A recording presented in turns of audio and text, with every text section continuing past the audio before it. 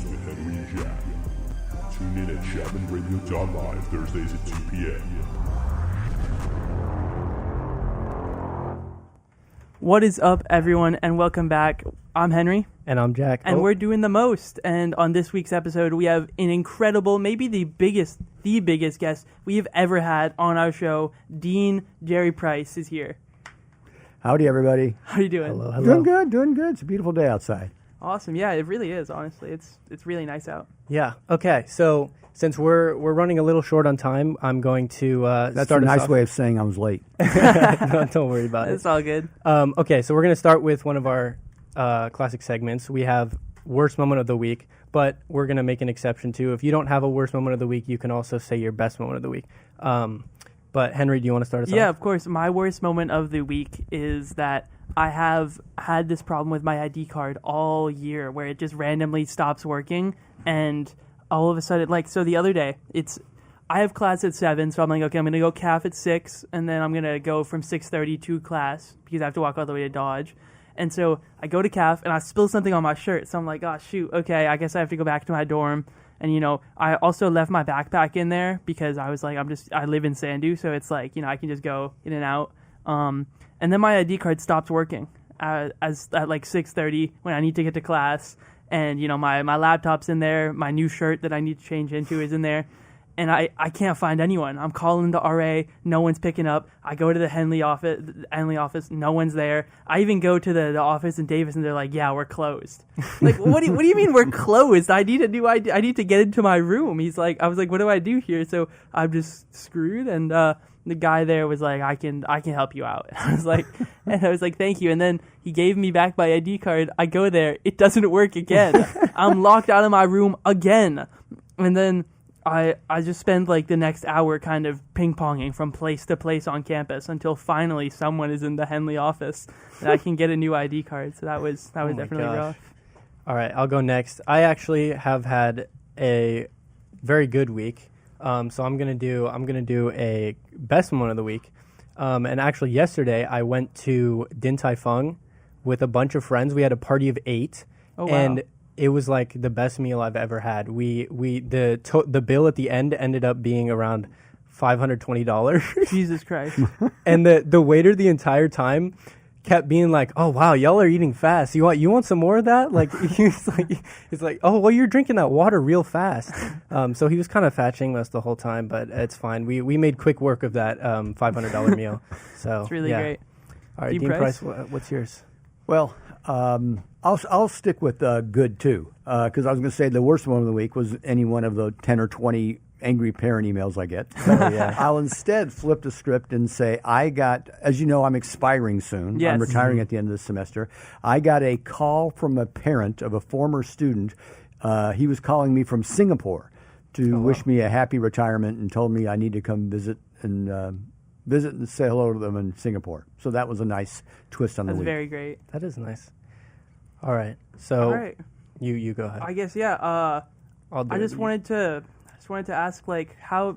I mean, let's get into the questions here. We're starting the interview questions now. How has Chapman changed over the years that you've been here? Because I think you've been here for 18 years. 18 years, how old are you? I'm 19. Okay, I'm so you were 1 when I year. started. Yeah. It's changed. It's funny.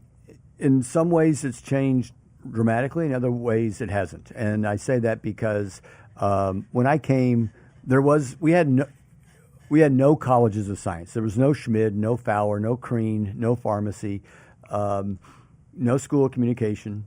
Oh, wow. It was no Rinker campus. There was no Musco Center, no Keck Center, no K. Seems like a very small campus. It was. We were only about 6,000 students. With 6 colleges. So we've expanded greatly. We had 1,900 students in housing. Now we have 4,000 students in housing. So all of that has changed the scope. But the thing that hasn't changed is kind of like our central culture and kind of what makes us tick has tried to maintain itself. And I think that's a really big part of what my priority has been. As we've grown bigger, how do we keep it feeling like a small, tight-knit family community? Yeah. And so that's been a real priority for us.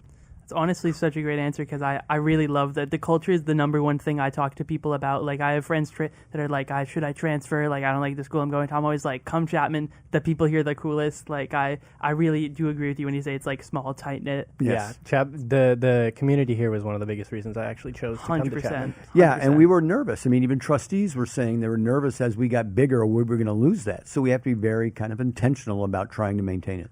That's actually so great. Awesome. All right, next question is, why did you come to Chapman? It's I've been working in universities since the mid-'80s, so long before you were born, and originally was going to be a professor and then changed my mind to be an administrator. But I was working as a dean of students and associate vice president down in Texas, where I grew up, and Chapman was looking for its new vice president and dean. The search firm contacted me to see if I'd be interested in applying. I didn't really know anything about it, didn't spend much time in California, but I looked into it and thought, well, this looks really interesting, and my wife and son would like California, so it all worked out. Did you like California? I do. I like a lot about California. Awesome.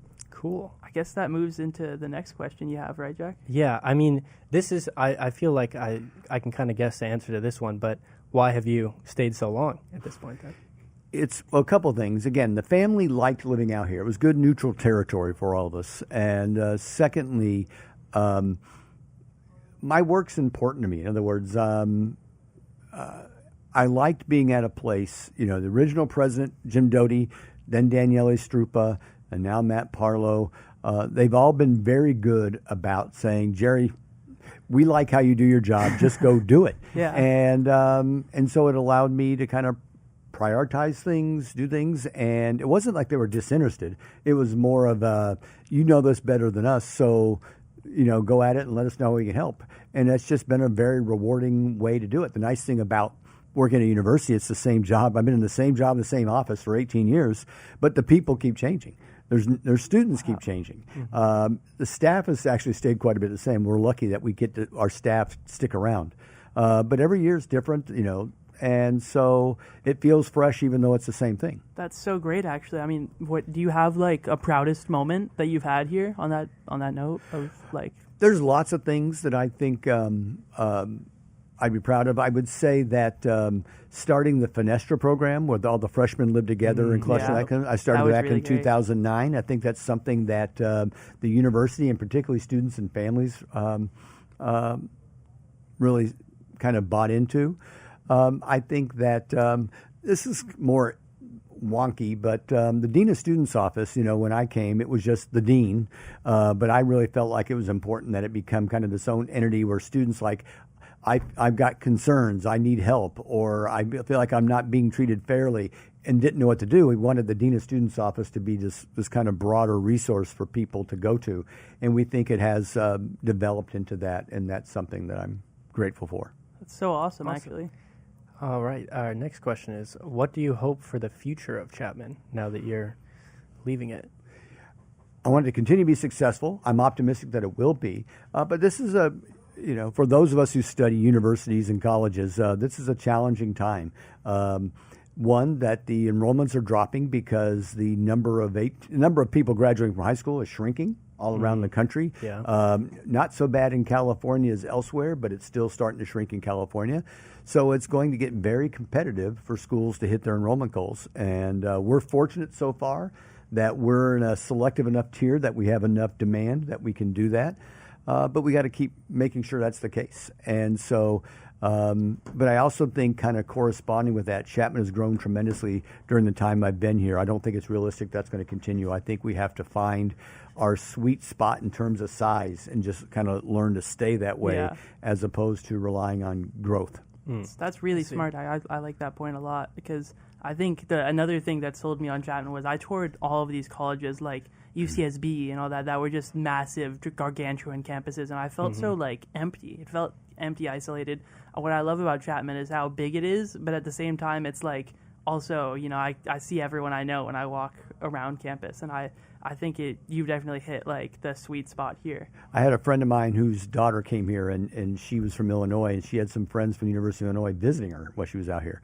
And they were walking somewhere, and of course, she was saying hello to like people every 20 feet. Yeah. And her friend said to her, "How do you know so many people?" They go, "When we walk to class, we never bump into anyone we know. I mean, all day long, Yeah, we're going like to a room. We never see people we know. It's just a sea of other students." Yeah. She goes, "No, I know everybody, and you see them all day long on campus." I'd never do something like that. I love the Chapman culture of I bumping definitely into everyone. prefer knowing everyone I see on my walk to class. But we're also not like a small liberal arts college where you know everybody either. That's what I love about it. I'm still meeting new people, even in my major, which is crazy. That's right. If you could change one thing about Chapman, if you could go back to the start when you started working and change one thing, what would you change? Well, what I would like to change is different than saying it's been a mistake that we've done it. But we've expanded tremendously in terms of academic resources. Like I said, Keck, the Musco Center, all kinds of things. But the space that students have for themselves just to be students, to go throw a Frisbee around, to go kick a soccer ball, to go to go play your flag football tournament. We don't have that because we're such a small campus for our size. We have to maximize every space primarily for academic purposes. And I wish we had like 3 Wilson Fields, one that students could reserve for all their fun things.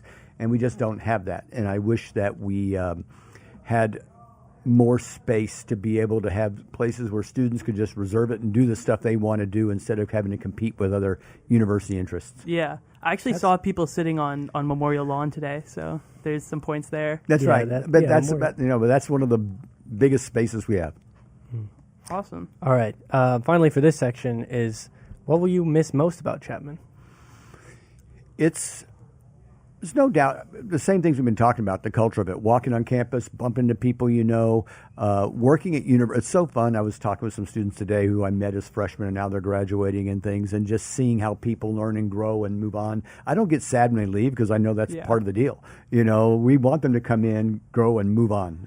If they stick around too long, that's a bad sign. But I do miss just being on a campus with young people who are trying to figure out who they are and what they want to do next. That's fun. Wow, what a great answer. We're going to move into a song here. This is PYT, Pretty Young Thing by Michael Jackson. Stick tuned after the song, though, because we have so many fun segments coming up. Yes, we've got a lot prepared. Here it is.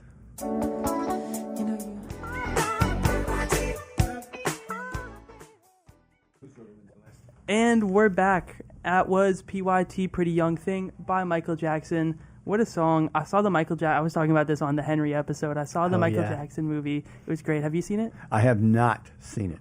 It was good. It just wasn't what happened. It was a fun movie. It was just edited by his estate. It's just like a very blockbuster, so perfect Michael Jackson. I'll just get started here. So it wasn't a hard-hitting documentary? Not really, no. It was just a bunch of lies. If you could change the Chapman mascot to any animal besides the panther, which one would it be? What would I change it to? Oh my gosh! It sounds kind of cliche, but I'd probably just go to another cat. I'd probably go tigers or something. I've always been fascinated by tigers. Heck yeah! That's it. Yeah, I like that. Let's do it. What are your thoughts on memes like 6'7" and all that other stuff? 6'7" I don't get. I like clever memes. Yeah. I just don't think that's one of them. Yeah, no. The whole point is that it's not clever. It doesn't have a meaning. That's the whole point. So it's so not clever. It becomes clever. That I never got to that last part. It's supposed to be that it's so meaningless and stupid that it's funny. There's a weird cycle of jokes now on the internet where it's like something is unfunny, people are like, this is so unfunny, and then it becomes funny because it's unfunny. Yes. And then it has like a second life kind of in the popular culture. I remember in the early days of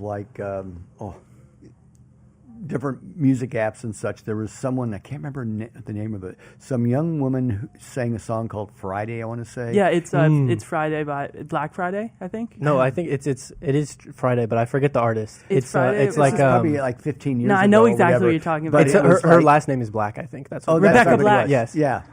And it was, I feel bad for her because it just became wildly popular because people thought it was so horrible. Yeah. And I thought how terrible it must be for some 16-year-old girl to be renowned for doing something so terrible. And then people kept making conspiracy theories that it was about like the JFK assassination. Oh, yes. That's another reason why I tend to tune out social media because you don't have to have a lot of evidence to say the most outrageous things. And as an academic, I like a little bit more substance. What about like Looksmaxing? The what? Looksmaxing? Have you heard of that? No.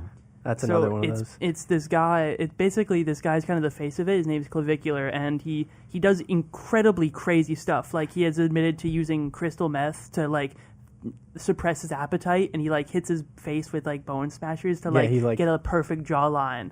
Like it's pretty weird. It's like the embodiment of toxic masculinity on the internet, and it's crazy. What are your thoughts and on it's that? like it's also like he has this whole community that is like fully behind him and that think all of this stuff is like real and they'll support him. And then there's the other side, which is just everyone else who is just he's seen as a joke. Yeah. I have a rather harsh, perhaps even cynical take on these things, and that is, I think for a lot of people, it's just very important for them to matter. Yeah. And for them to, and getting some kind of affirmation from a wide audience. It's kind of like there was an expression we heard as parents that a 2-year-old would rather get negative attention than no attention. I kind of think that's, in other words, a 2-year-old will act up to get attention, even if it's scolding, because it's better than being ignored. Yeah. I think that's what a lot of people on the internet do, is what outrageous thing can I do to get attention for attention's sake? Yeah, and also, I mean, great take. Getting attention on the internet is like profitable. So Yeah. it doesn't It even can be. It's profitable now. it doesn't It can even be. matter if it's good or bad, Yes. as long as it makes money. Yeah, Yes. that's so true. On that note, though, of getting attention and mattering, can we have a building named after us?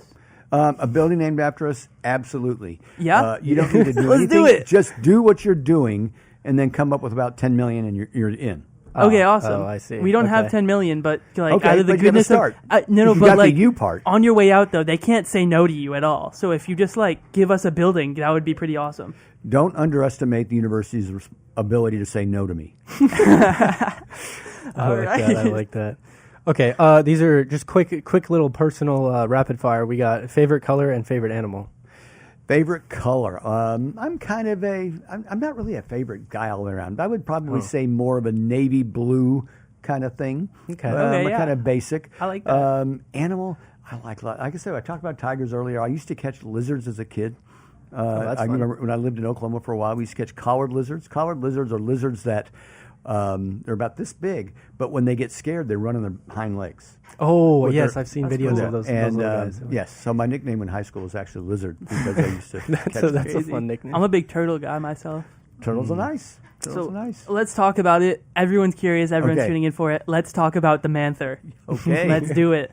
So, what are your current? Or no, Actually, let me start. What are your current thoughts on the Manther? Like this? I'm certainly the dominant thought is, why in the world are people interested?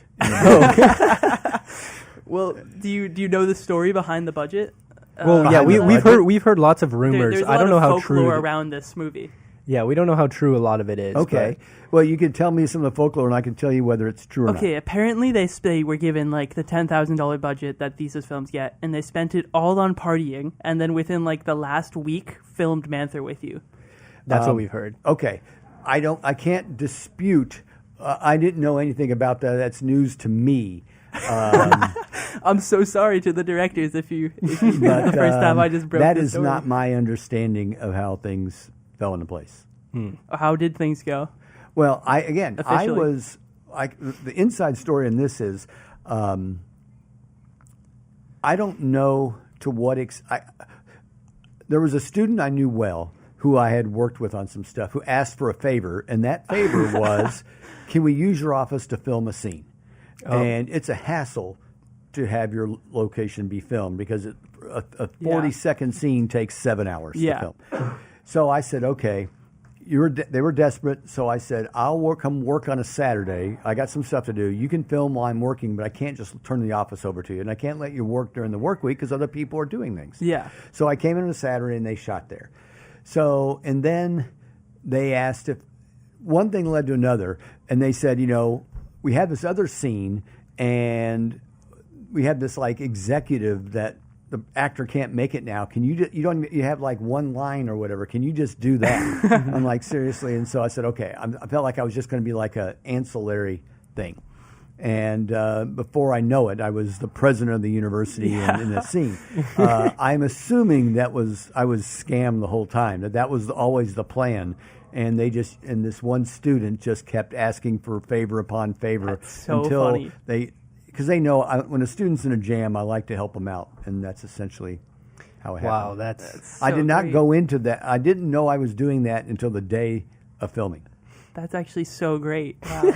I did something similar with my principal during high school. I went to a very small school. I'm one of 26 in my graduating, so very close with the principal. And I asked him to be in our film, and I said, "Hey, can you just do this? I just need you to do this and pretend you have laser eyes." And I didn't give him the context, but it was in 1984. What if our school was turned into 1984? And the actual scene he was in was he laser eyes my friend Radley's head off. Oh. And he didn't know until afterwards. But they actually posted that on our school's Instagram, so I guess he was okay with it. Okay. All right. Are you still in touch with the directors of the Manther or anyone who worked on the film? Actually, I got a call from not one of the directors, because again, the director, the student I knew well was one of the people who worked the set. It was not a director, a writer, or anything. Just like a grip or something? Yes, and I think was helping on location, and I think probably knowing her, they were brainstorming. She goes, "Well, I might be able to get Dean Price to do that," and they all liked the idea, and I think that's how I kind of got conned into it. But she called me last week from New York for just to catch up on stuff. So great. Is the Manther, like, are you guys doing that? Like, The Manther? Like, are you guys making it? Yeah. Is it happening? Real full production of the Manther. I think the Manther begins and ends with that film. Yeah. Yeah, I think that there's is no the secret. extent There's of no it. secret project under the Atala Plaza. That entity is sufficient to occupy the Manther sphere. All right. So would you regret it, or do you regret it, or would you do it again? Those are kind of different things. Yeah, I don't guess. regret it. I would never do it again. Okay. Yeah. So that's I heard that because of this film, this is what got teachers and like faculty banned from being in student films. that was another thing we heard. I don't think so. Oh, okay. Oh, really? No. Oh, wow. Are That's so teachers great. are faculty banned from being in student films? Not that I'm aware of. Okay. So if you had a least I've favorite, been in a small part in the film since then. I can't remember what it was, but yeah. so if you had a least favorite student, would it be Jack? No, I haven't. Jack hasn't annoyed me long enough to do that. He's got a lot of competition to get that far. Awesome. Who would you say is better, me or Jack? Yeah, I would. You don't say, have to answer that. I'd say You do. It's a very firm tie. Okay. That's the awesome. correct answer. What? How much? Yeah. Wait. Yeah. So how much do you cost? What's Jerry's price? Oh, yes, I've been hearing versions of that since like third grade. Oh yeah. Yes, so That's funny. I still don't have a good answer. Oh. Except for I wanna me, work on it that. was The Price is Right, because the game show was big when I was a kid. I've some really serious questions for you right now. How are we going to defeat and take over Orange High School? You can't fight City Hall. Orange High is a public institution. They will always have the. It's also why we don't have a Greek row, right? Why don't we have a Greek row? Yeah, it's because of the City Hall, right? Oh gosh, yes. Yeah. I mean, well, there's lots of reasons probably, but I should say, if the city would support it, there still might be reasons not to do it. Yeah. But we haven't even gotten that far because we knew the city of Orange would never support it. What are your thoughts on the potential of frats unaffiliating next semester? I see no value to the fraternity whatsoever for doing that.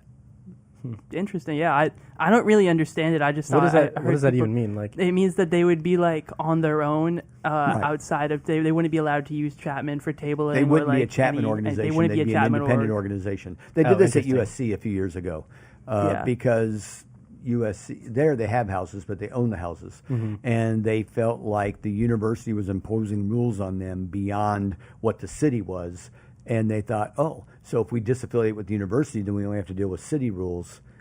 Then we'll be good. I see. So if the fraternities feel that way, I think they're mistaken. Yeah, I don't know how real this is. I saw a few posts about it on Fizz. I figured I'd ask, while I have you. Yeah, are there any like specifically that are saying they're going to do that? Or? No, I just saw frats are unaffiliating, and I was like, what does that mean? All of them? As someone in Greek life, I was like, wait, what does this mean? We've had 2 fraternities form here that we did not recognize. In other words, students formed them, kind of like we're talking about. Mm-hmm. There wasn't a current fraternity that disaffiliated. It was a fraternity that tried to get in. We said no, so they just formed on their own in the community, and both of them lasted less than 2 years. Oof. So, our next segment here, I have a few Fizz posts that I want you to see. I'm assuming you're aware. Are you aware of your kind of status on campus? I do not know the specifics. I am aware of Fizz. I'm not a fan of Fizz. I know. I mean, because you don't see in my job. I see the most god awful things. Oh, are you on Fizz? Oh gosh, no. Okay. No, I feel people like send me screenshots of stuff all the time.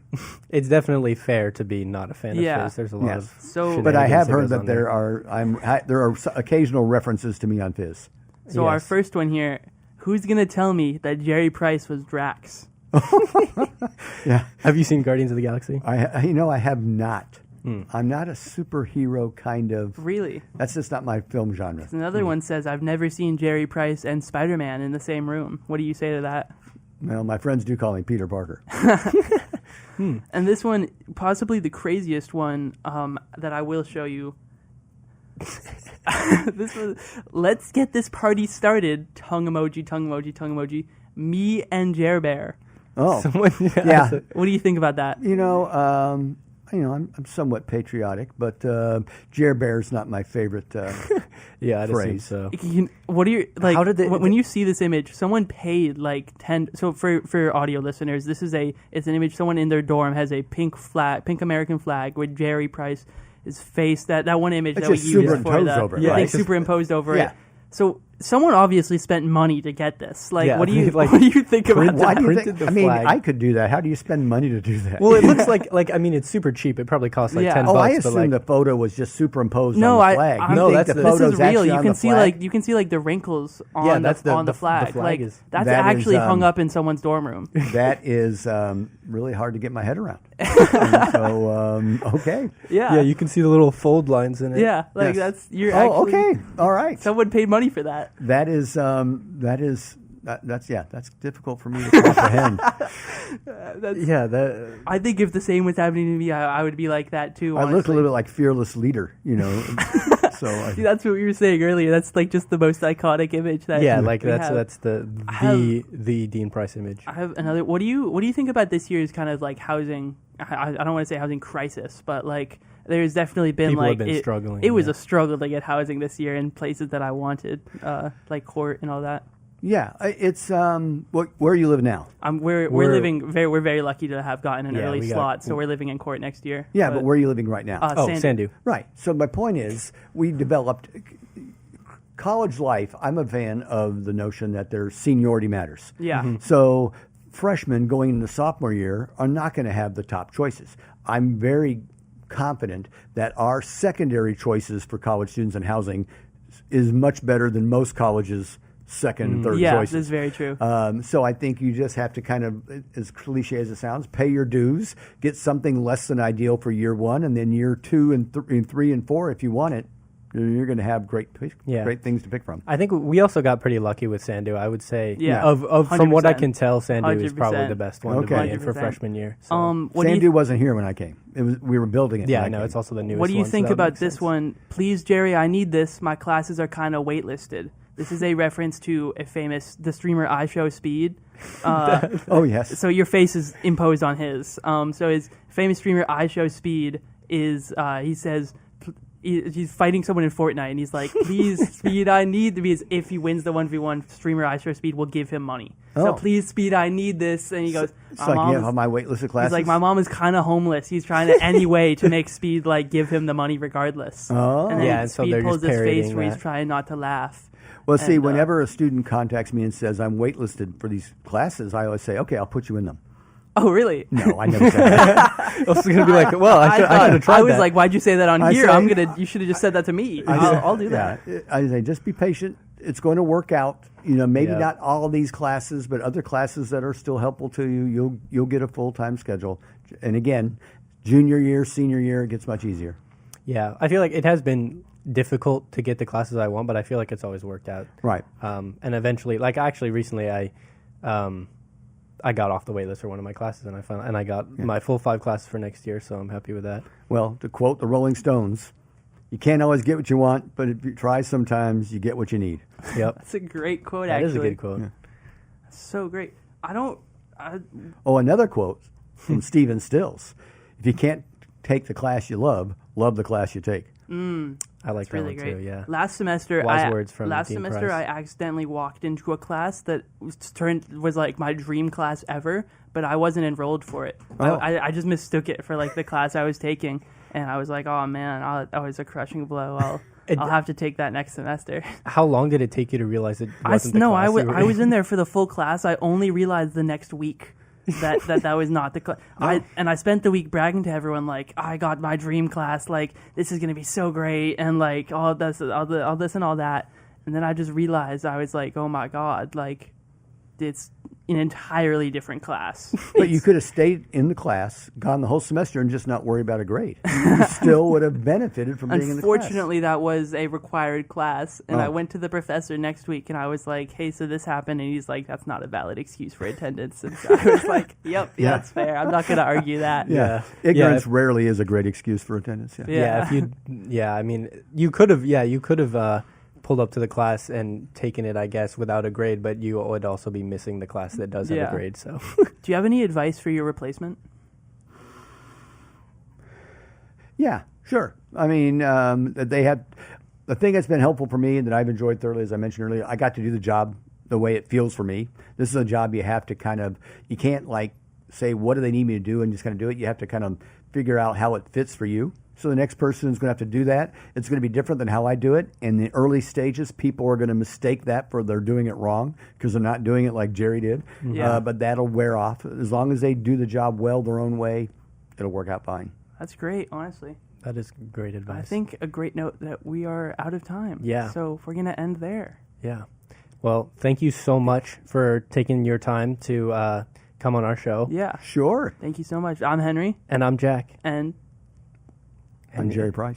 we've been doing the most. Thank you guys so much for listening to season 2, and thank you guys so much for everything. This is actually our season finale episode. I Yep. forgot to brand it as that, but we will be back next semester with a bang in season 3. Hopefully we win our 3rd award that semester. And yeah, if only we had done this interview during award season, because that was awesome. Thank you so much. you win for being awards here. for this? Yeah, Chapman Okay. Radio Awards. Yeah. Okay. Thank you so much. That was a great interview. And thank you to everyone for listening. You can follow us on Instagram at DTM Radio on Instagram. We are on Spotify, YouTube. You can find the links to all of those on our Instagram at DTM Radio. And yeah, this is our outro song. We play this every episode. This is Location by Playboy Cardi. Take a listen. Thank you so much, Dean Price, for being here. Thank you so much, guys.